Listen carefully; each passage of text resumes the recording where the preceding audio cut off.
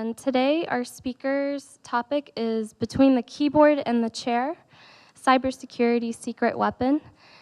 And today I have the great pleasure of introducing Mr. George Finney. He has worked in cybersecurity for over 15 years and is the author of the book, No More Magic Wands, Transformative Cybersecurity Change for Everyone. He is currently the Chief Information Security Officer for Southern Methodist University, where he has also taught on the subject of corporate cybersecurity and information assurance. Mr. Finney is an attorney and is a certified information privacy professional, as well as a certified information security systems professional, and has spoken on cybersecurity topics across the country. Please help me give a warm welcome to Mr. George Finney.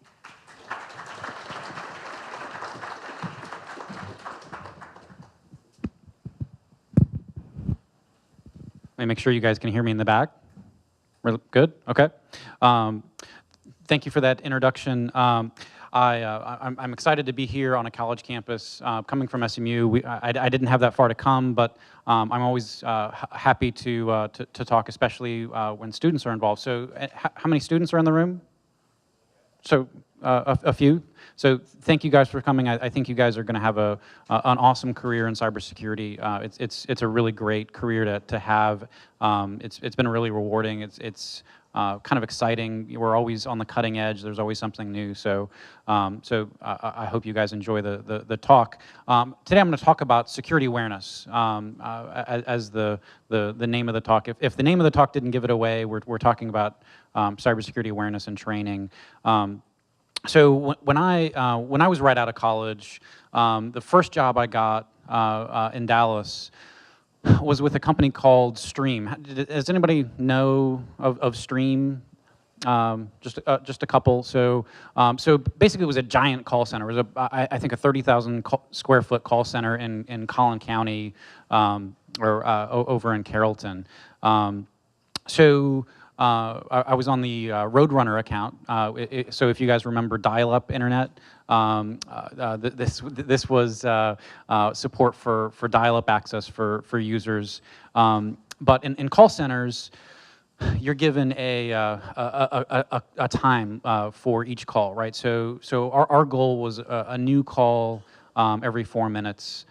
So you can imagine during an 8 or 10 hour shift, you definitely would talk to a lot of people. So I worked there for all of 6 weeks. That's all I could take. It was a great learning experience. I actually did the math, and over the course of the 6 weeks that I worked there, the first week was training, but in the other 5 weeks that I got to be on the phones, I probably talked to over 3,000 different people. Great experience, great way to get your start, helping folks out. If you talk to 120 people a day on average, if you're working at a help desk, you can just imagine some of the people you interact with. And a lot of them are going to be probably kind of upset or frustrated. So just think about our frontline folks in our cybersecurity space, right? It's really the help desk folks kind of triaging issues for us.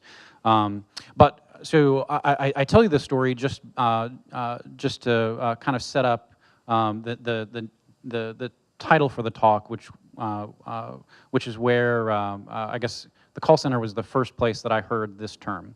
So who knows what PEBCAC stands for? Way in the back. You hit the nail on the head, right? Let's talk about where we come from in IT for a second. So most security people in the room probably have a technology background. So I think that's a given. I have a little different background. I got a liberal arts degree, I got a law degree, but a lot of us come from that technology background, and I think the challenge is that we see the P here, we see people as the problem, right? And I think that's one of the biggest challenges that we face in cybersecurity, particularly around the issue of cybersecurity training. let's think about IT people for a second. I know we all get a bad rap. We're all introverts. I'm an introvert, so I'm not disparaging anyone for that. But think of the way that we're stereotyped. We really like code, right? We like to kind of work in the back room, a cave, on our problems. Again, let's stereotype ourselves for a minute. There are probably good reasons why we think of people as the problem, right? If you come from a call center background, even if you've only worked there for 5 weeks, you kind of get to understand that it's very frustrating to work with people, right? They're challenging to work with. They do really unexpected things, to put it mildly.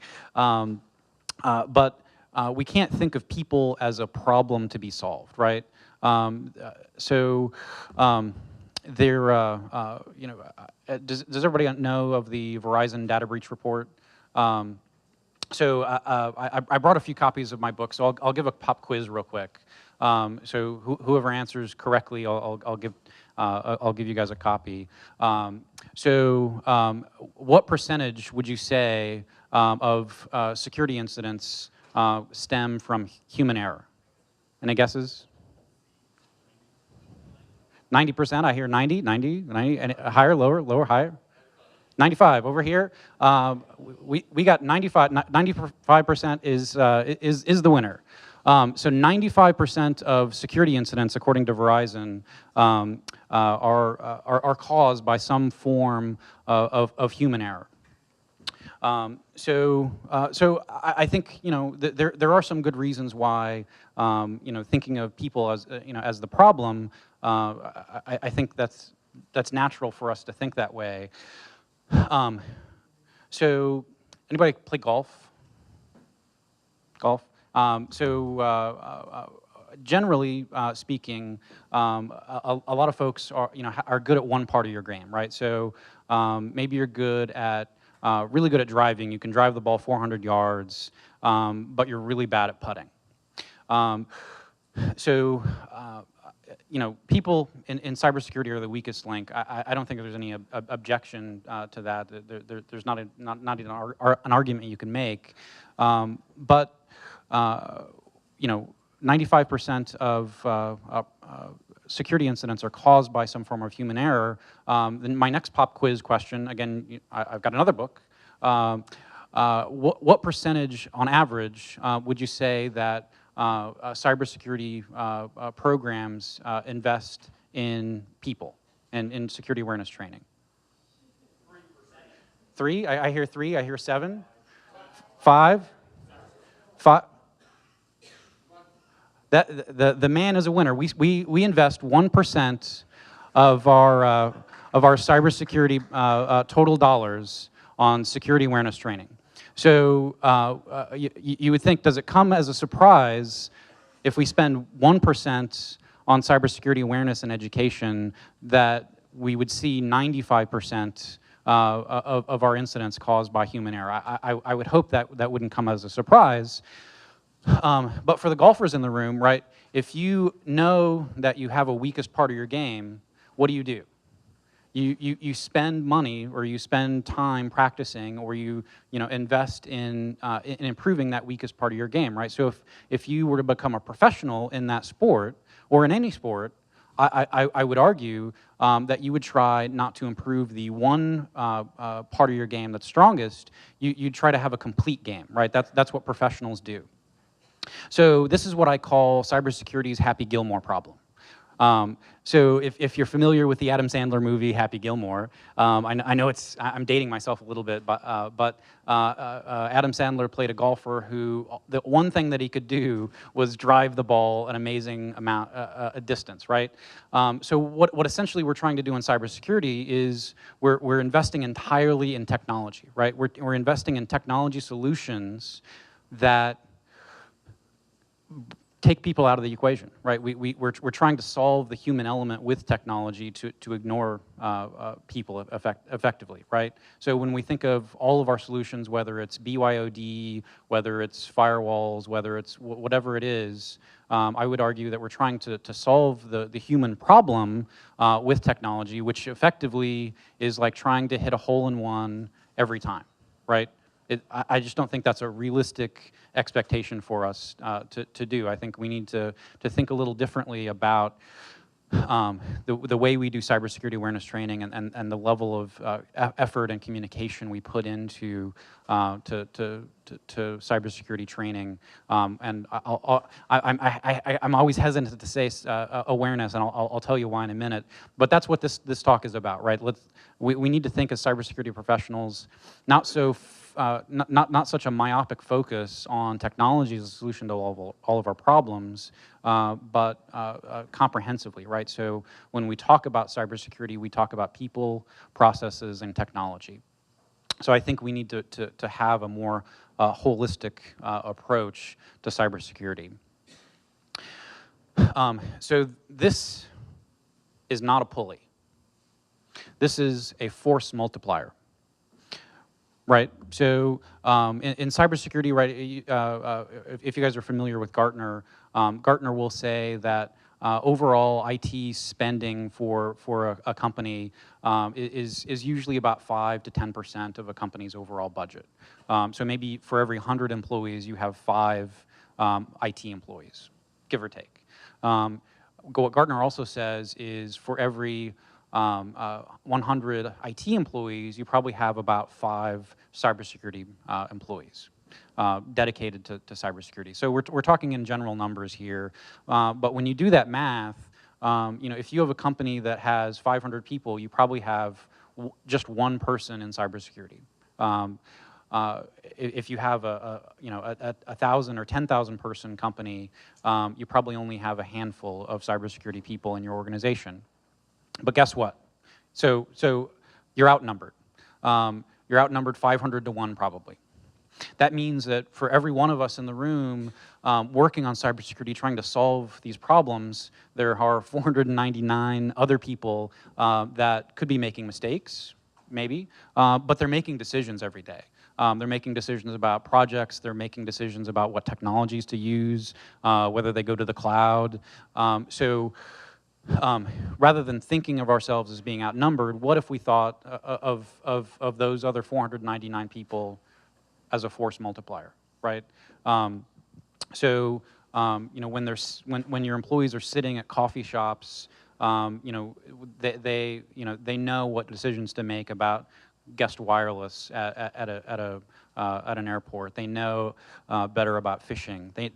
We're not necessarily asking them to make huge cybersecurity decisions, but we need to educate them enough to make great decisions and to know when to engage us to help with those decisions and influence their peers and manage their projects, so that our jobs becomes a lot easier, right? We don't have to continually be outmanned.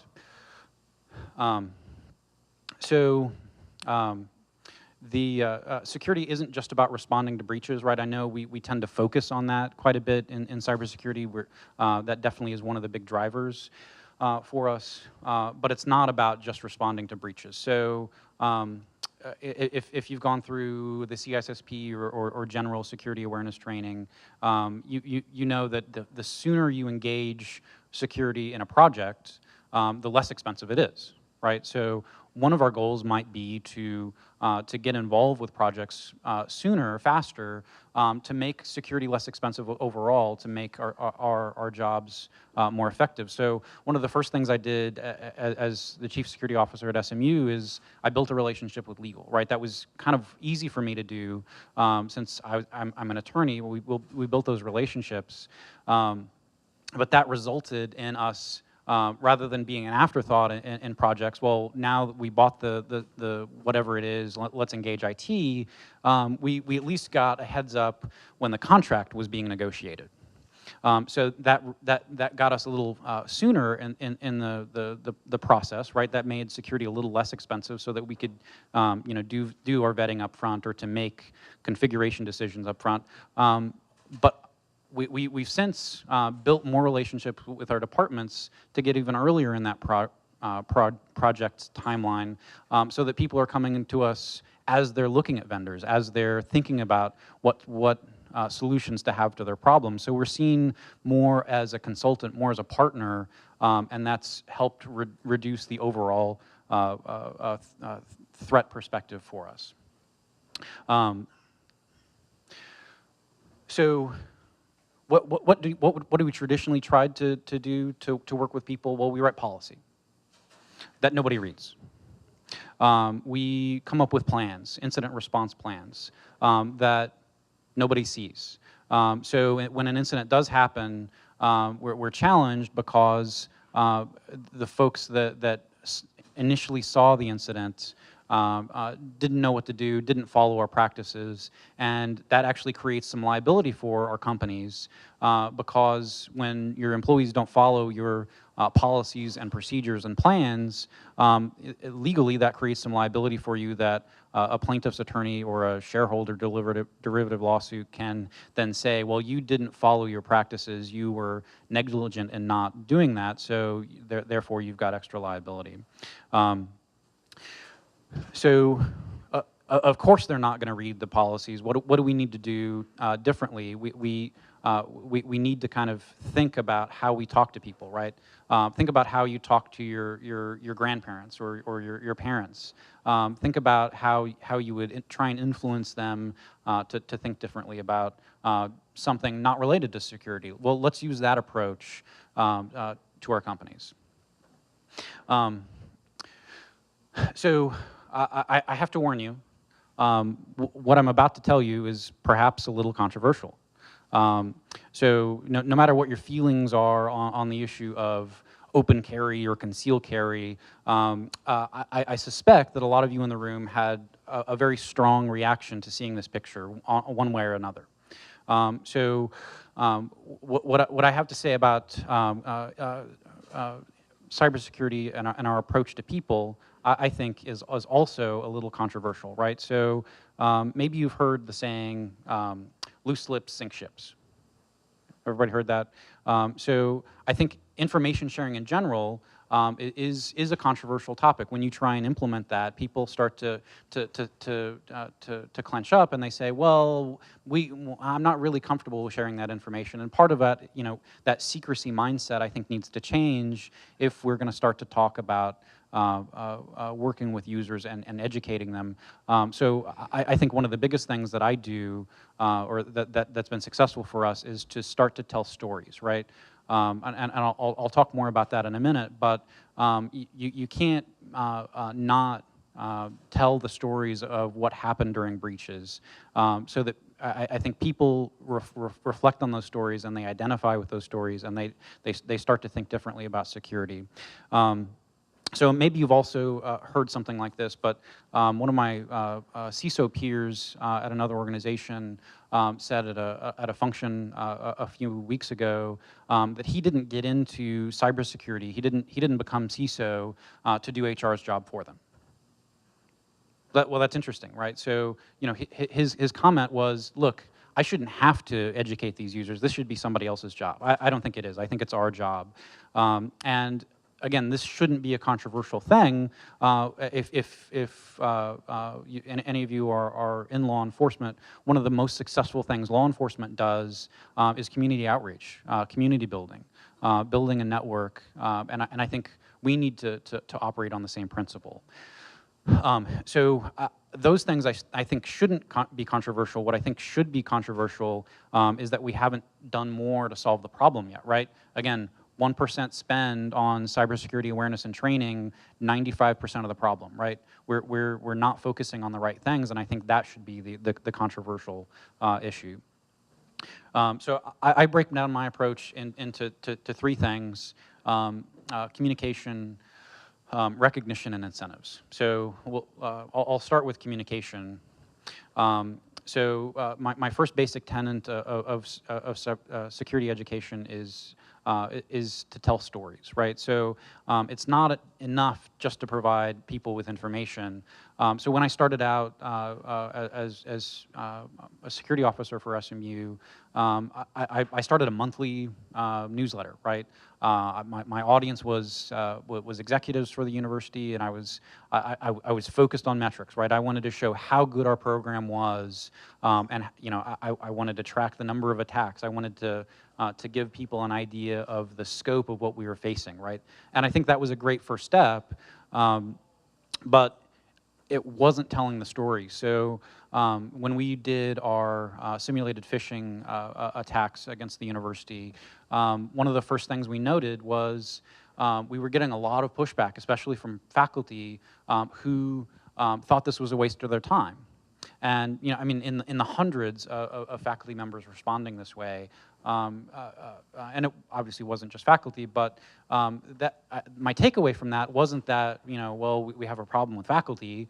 My takeaway from that was, well, I hadn't been telling the stories of some of the incidents we've had. I hadn't been selling the cybersecurity program about, hey, you know what, we had a professor whose research was impacted by malware or ransomware. I wasn't telling the story about some financial fraud that we had happen, and this is why we're doing these things, and this is how successful we've been at changing the paradigm based on this one program. So I think, again, telling your stories is one of the basic things that you can do, but you need to hook people, right? If you ever read a novel, right, that first sentence, right, the first paragraph, you hook someone. I think we need to do that with our cybersecurity communication. So how many folks send out a cybersecurity newsletter? Right, a handful. How many of your companies send out an IT newsletter? So a couple more. Maybe you can piggyback on something you already have. But I think that's one of the things that we've had a lot of success with. So we've started doing a quarterly cybersecurity newsletter, not sending it just to executives, but sending to all employees. And again, it's more like a magazine than a dump of metrics and dashboards. So I think one of the things that we're challenged with is a little bit of burnout. So with all of the media attention that cybersecurity gets, I think people kind of disconnect from that, and they still think that look, this can't happen to me, and that's why case studies are so important. The other thing that I think communication does, again, I mentioned the example of police community building. You need to build relationships, right? So I do a lot of these talks inside SMU, and I think building connections with certain people has given us, for lack of a better term, some canaries in the coal mine to see when things are happening, to know, hey, well, this thing is going this way, or this project is coming up. You have to start with those relationships to build on I guess to lay as your foundation. But we have to want to share, right? Sharing ice cream obviously is easy, but we need to use that and have all of the folks in our organizations empowered to share. So we need to have our chief financial officers sharing threat information with other chief financial officers, right? So a lot of us in industries have our information security advisory councils. Retail has one, financial sector has one, higher ed has one, but I think we need more peer-to-peer sharing. So folks in accounts payable that are seeing the CEO fraud that the FBI gentleman talked about, they should be able to talk to one another, especially within an industry, to know, hey, these are the types of things we're seeing. Hey, we got some emails that look suspicious, and they're targeting whole swaths of folks across the country or in specific regions. And we want to empower them to help them frame those issues so they can also tell those stories to other folks. So I would say, to kind of conclude my thoughts on communication, in nature, we've got this concept of herd immunity, right? So the youngest and the oldest in a herd, are protected because the rest of the herd can respond to threats. So I would say, again, you've seen this kind of in the last couple of years in cybersecurity, but we've seen threat intelligence sharing, and then we've seen vendors collecting that data and sharing it, back to us, selling it back to us. Unfortunately, it's still our data. There's nothing stopping us from talking to one another directly, right? So I think to get that herd immunity for cybersecurity, we need to communicate, right? We need to share, at all levels of our different organizations. So I'm going to get on my soapbox a little bit. So this is my awareness slide, and it's hard to look at a little bit, but I don't think awareness is enough. So if I were to get an email from one of my employees or someone at the university that said, for your awareness, and then it forwarded another email, what do you think I would do with that email? I might skim it. I might if I had time. I'm probably going to ignore it, right? So what do you think people in your organizations are doing with your cybersecurity awareness training? Well, what are you telling them you want them to do? It's awareness, right? Oh, it's for your awareness. So I think when I started out, early on, I thought of security awareness almost as enlightenment, right? If we can finally get to people to be aware with cybersecurity, well, I don't think that's realistic, and that's not the way most people think about awareness, right? So you can't be aware of everything all at the same time, right? A human is really thinking about what's in front of them, or Maslow's hierarchy of needs, right? We're thinking about those level of things. So I challenge the name of security awareness, in general. So there are only so many things we can build into our consciousness at any given time. And I think our approach to cybersecurity education, because of that, suffers, right? So what do you do with your security awareness programs, right? So probably, just a general poll, how long is your cybersecurity awareness training? So if it's under 10 minutes at your company, if it's under 20 minutes, raise your hand. If it's under half an hour, raise your hand. How many folks just don't have a cybersecurity awareness program for your employees? Okay. Nobody raised their hand. Nobody wants to admit it. That's fine. So, again, we're at a college. I work for a university. At a university, we start folks out with a 101 class, right? What do we go next? It's 202, and then 303, and then 404. At corporations, our cybersecurity awareness training is probably just the same training every year. Right? We just make them take the same course over and over again, right? And if you paid to go to college and you had to take the same 101 course every year, you'd probably check out at a certain point. So it's not surprising that people have the same reaction about sexual harassment training that they do with cybersecurity awareness training. What we need to do is have progressive training, right? We need to have them advance to a 202 or 303 course. We need to measure how they're doing and what they need information to help direct them on what they need to learn next. We need to have customized training for different departments, right? Because they face different issues. So I challenge awareness overall, but this is the issue we face with training in general. So that brings me to the next tenet of cybersecurity secret weapon, which is recognition. So as a physical reminder of our efforts, I give out handwritten thank you notes and merit badges to employees. So I started out just doing it to my staff, and I've actually expanded that to the entire university. But the idea is I want to give someone a physical reminder of their work, right? I want them to be proud of it. I want them to display it on their desk. So, when somebody comes to their desk and they see, hey, what's that little button thing? I want them to proudly talk about why they got it and how that made a difference. And I want them to inspire other people to know that, their efforts aren't going to be, just forgotten. They're going to be recognized. So we started with merit badges. And I know it's kind of, hokey, but I think the thank you notes that go along with it also go a long way, right? The sincerity builds relationships. the merit badges along with the thank you notes, right? How many of you have ever received a handwritten thank you note from your employer, right? If you were the first one in somebody's career to get to write them a thank you note on such an important topic, do you think you'd make a difference? I think so.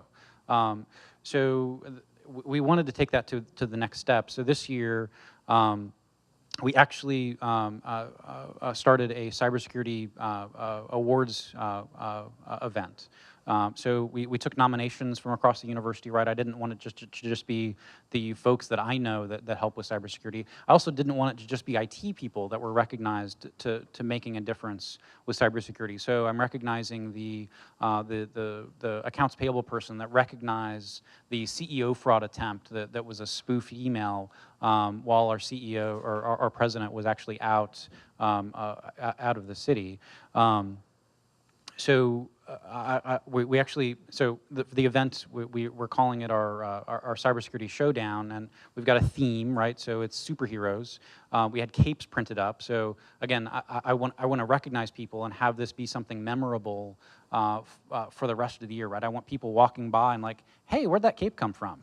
And I want them to have a discussion and start to be that force multiplier for me, so that I can, hear from folks that maybe I wouldn't have ever heard from otherwise. So this does several things.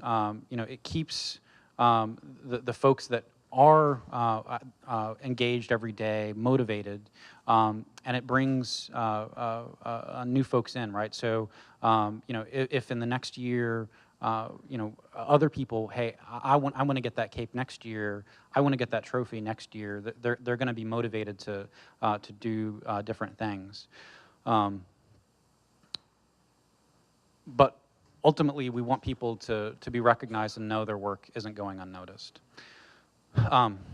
We've also partnered with HR. So we have a wellness program at SMU.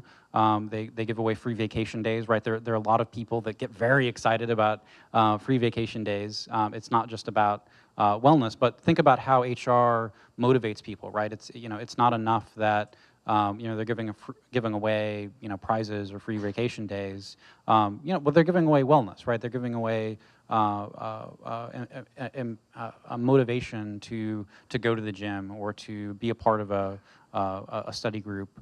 So they're tricking their users in a way to become a part of a wellness campaign. And I think we need to do the same things, but with us, the first step was to partner with HR. So they've got an existing wellness program. They have a marketing reach that I just don't have as a cybersecurity person. So as a part of their wellness program, one of their challenges this year is to do something for cybersecurity awareness, to take the trainings, to be a part of some of the events that we're having. So again, we're cross-marketing with other folks. We're getting more people involved. Again, we started with communication, and now we're building, right? We're building new relationships. We're cementing the ones that we've already got in place. So we're taking that next step in the program to continually evolve where we're going. So there are definitely some challenges, right? And in cybersecurity, right, you can use the stick, or you can use the carrot. And I will counsel you that we can't use fear, uncertainty, and doubt as motivators for folks. So in general in cybersecurity, right, for a number of years, we've been using compliance as a specter to get people to do what we need them to do, or to get the budgets we need to fund our programs. And the challenge is, if we use the stick, we lose a lot of the motivation, right? So if once you get PCI compliance, or once you feel like you get HIPAA compliance, or whatever the compliance is, well, where does your funding go? Does it stay steady?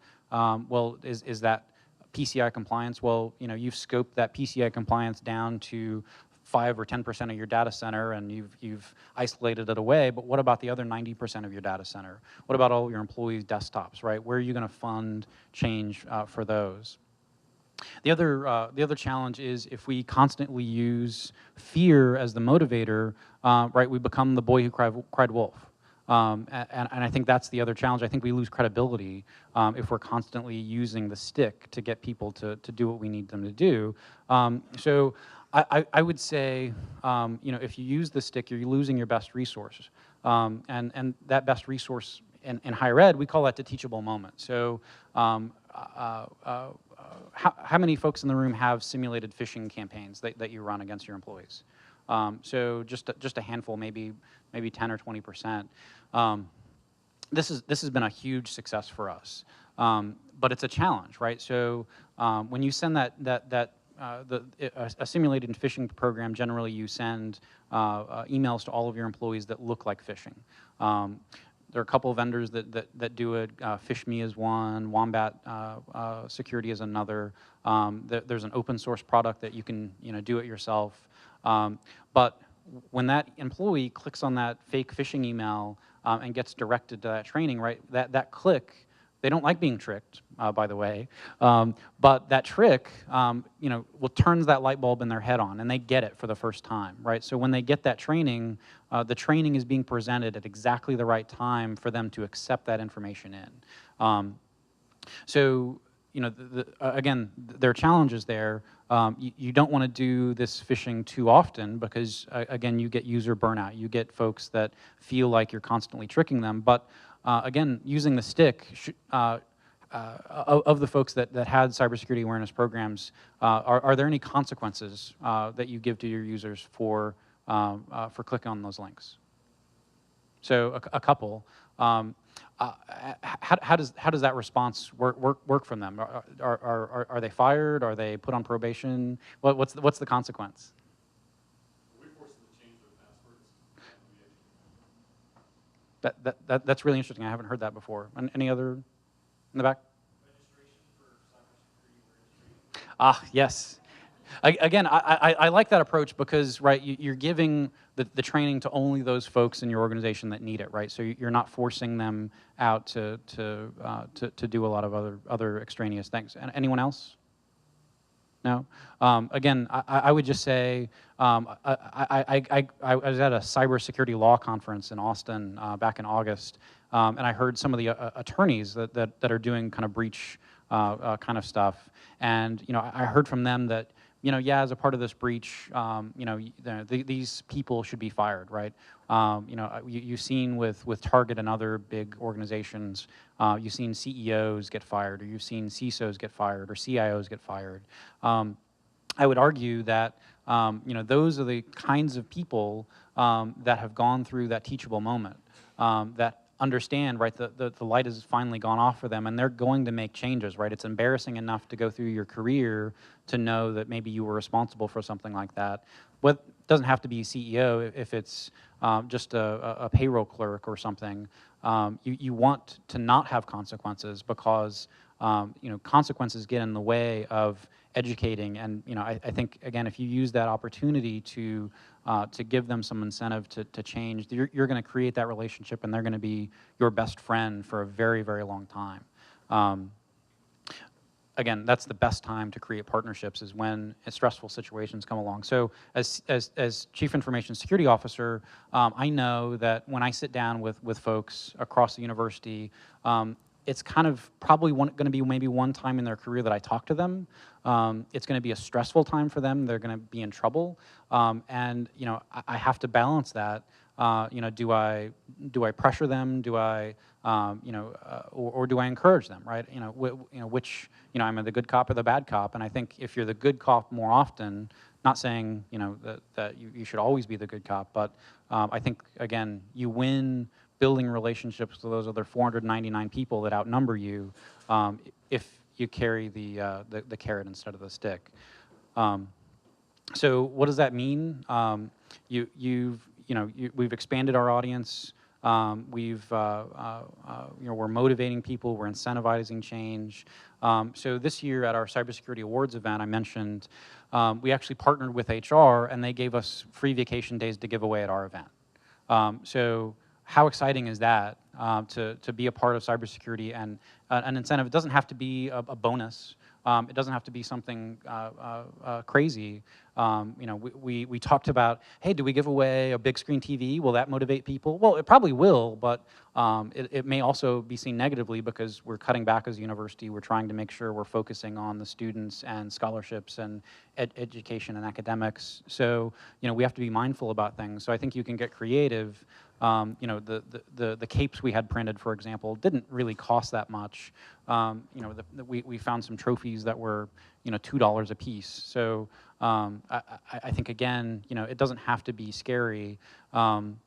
We also, at our cybersecurity event, it's actually happening next week, we in cybersecurity like to say, well, we need you to think like a hacker.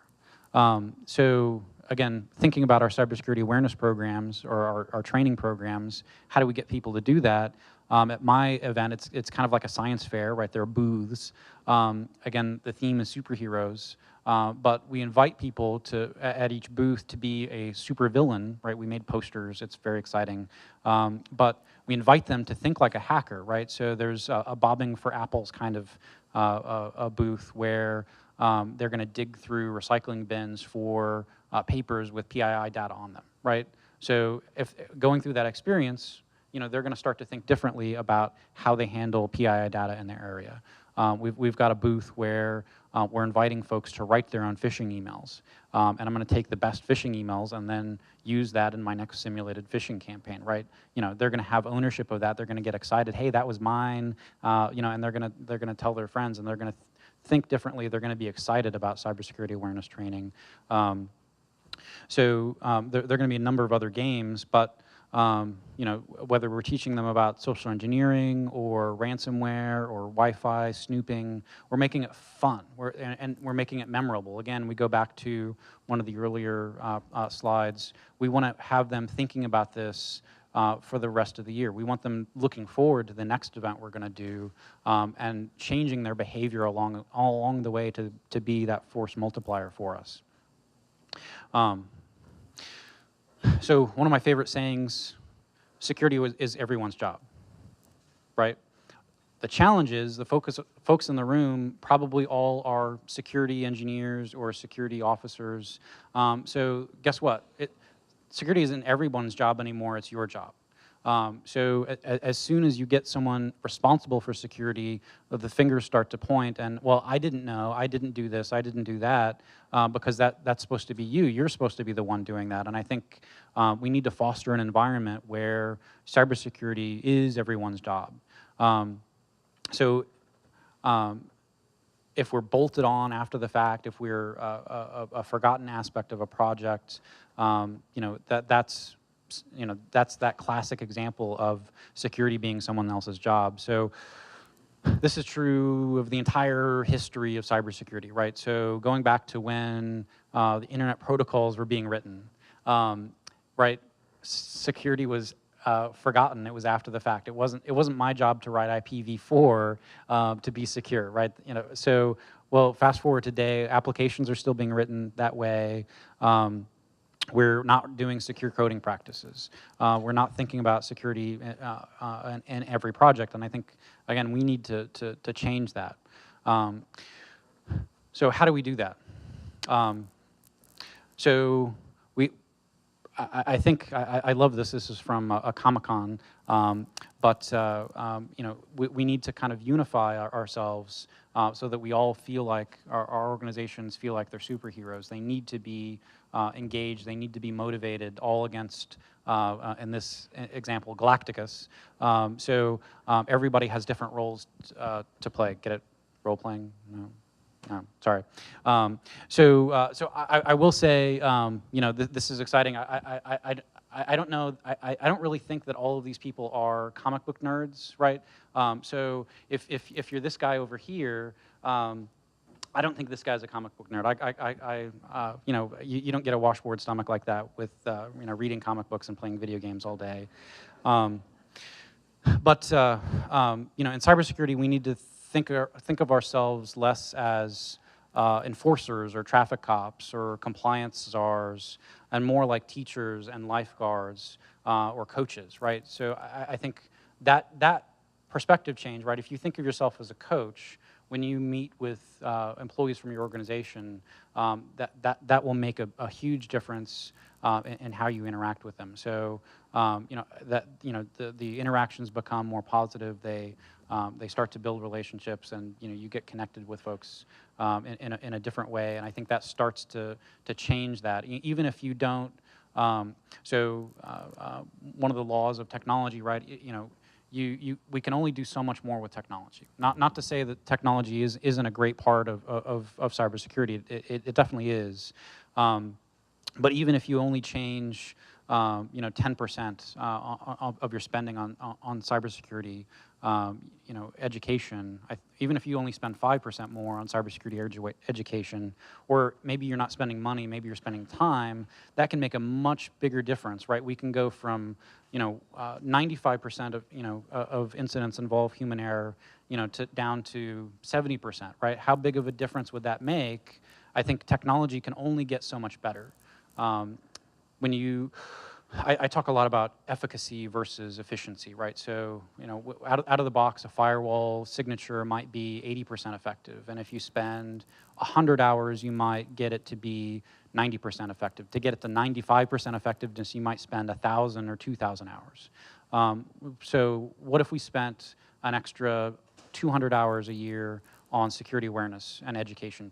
I think, again, we can move that needle much faster and become much more secure overall if we start thinking about cybersecurity awareness differently. And I encourage and challenge you all to look at that a little differently as you go back to your organizations.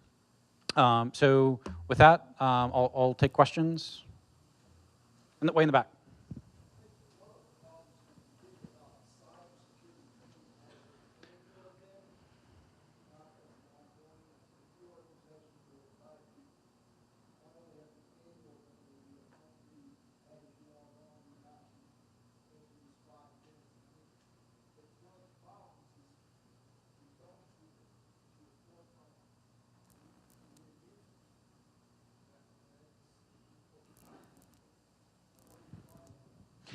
So I think that's a great point. So the point was, a lot of us focus on our cybersecurity awareness programs as a once a year kind of thing, right? So by the end of the next year, gosh, haven't we forgotten everything that we learned a year ago?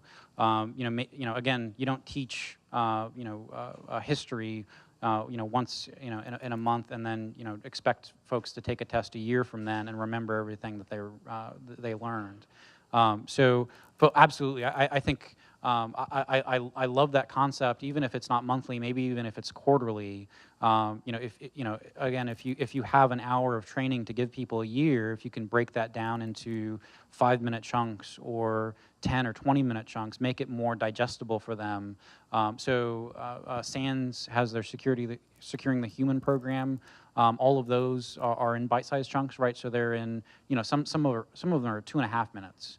Some of them might be 10 minutes long.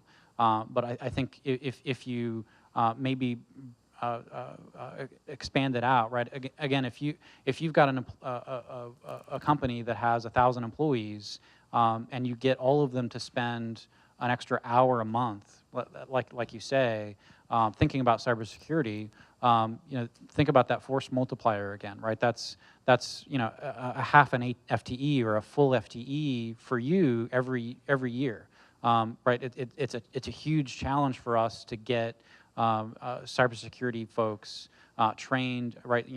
We've heard about the negative unemployment in cybersecurity, which is a good thing for our careers, but it's hard to get new employees in. So if you can start to kind of deputize effectively folks by consistently working with them, if it's 5 minutes of training or 10 minutes of training a month, that's another great way, like you say, of engaging with folks and making a more consistent connection.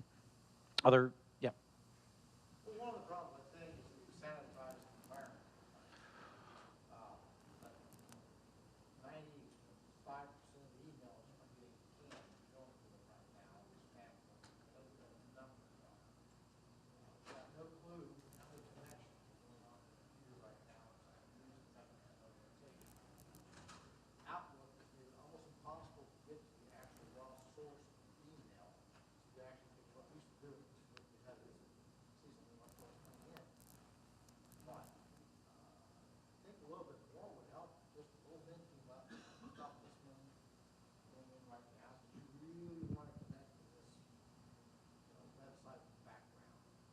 I think that's exactly right. So the comment was, we're sanitizing our environments too much, or to the point where our users can't make great risk decisions, right? So you know, they're driving down the road, they don't realize they're going 120 miles an hour, but they've got a car that has, you know, lane detection, right? So they don't really, they can't see that risk the way they normally would.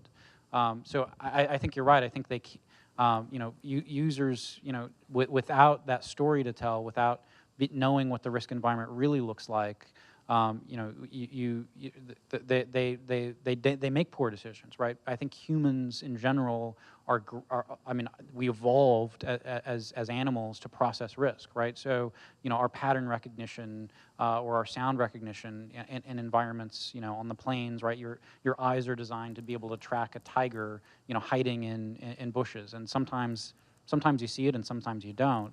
But I think, you know, our brains are risk engines, and you know, if we're not feeding them the right amounts of risk, if you're not giving them the big picture, you know, then they can't be effective, you know, risk decision makers. So I think that's a great point. I think you know, giving them more, not necessarily, you know, desanitizing the environment. I don't think that's the answer, but providing them the scope, right? How many spam messages and phishing messages do you get a month, and are you telling the users that story? Or is there a place they can go to see that dashboard? Or even just putting a plug-in on the browser will color indicating green starting towards different colors that progresses to places that you don't know. Yeah, having a red, yellow, green, just something simple. One of the things we started doing, we have a spam appliance, just like I'm sure a lot of you do, and a lot of the way that a lot of spam appliances work is you forward spam messages to a spam mailbox, and that helps build your spam intelligence. I think, you know, I thought for a long time that hardly anybody was forwarding mail to that spam mailbox. We didn't really monitor it. It's just, you know, something that went on in the background. But once I started looking at it, we had almost 60% of our university forwards at least one message a year to that spam mailbox, and telling that story, encouraging people to send more. That's one of the things we're actually awarding people for at our awards event, is you know, the top 20 or 30 people that send spam to that mailbox. We want to tell that story. We want to use that as a motivator for folks to act differently. Other questions? Yeah.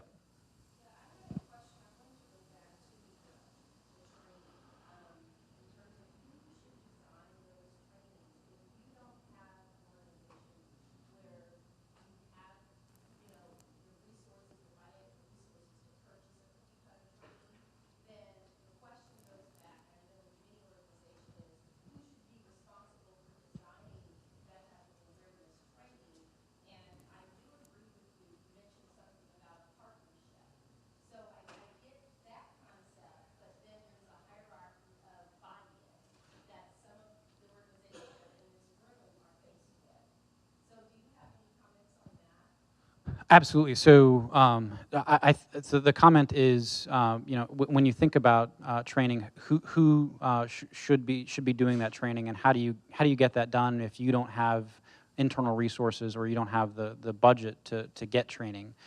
So, I would say first, it's critical that you understand the audience.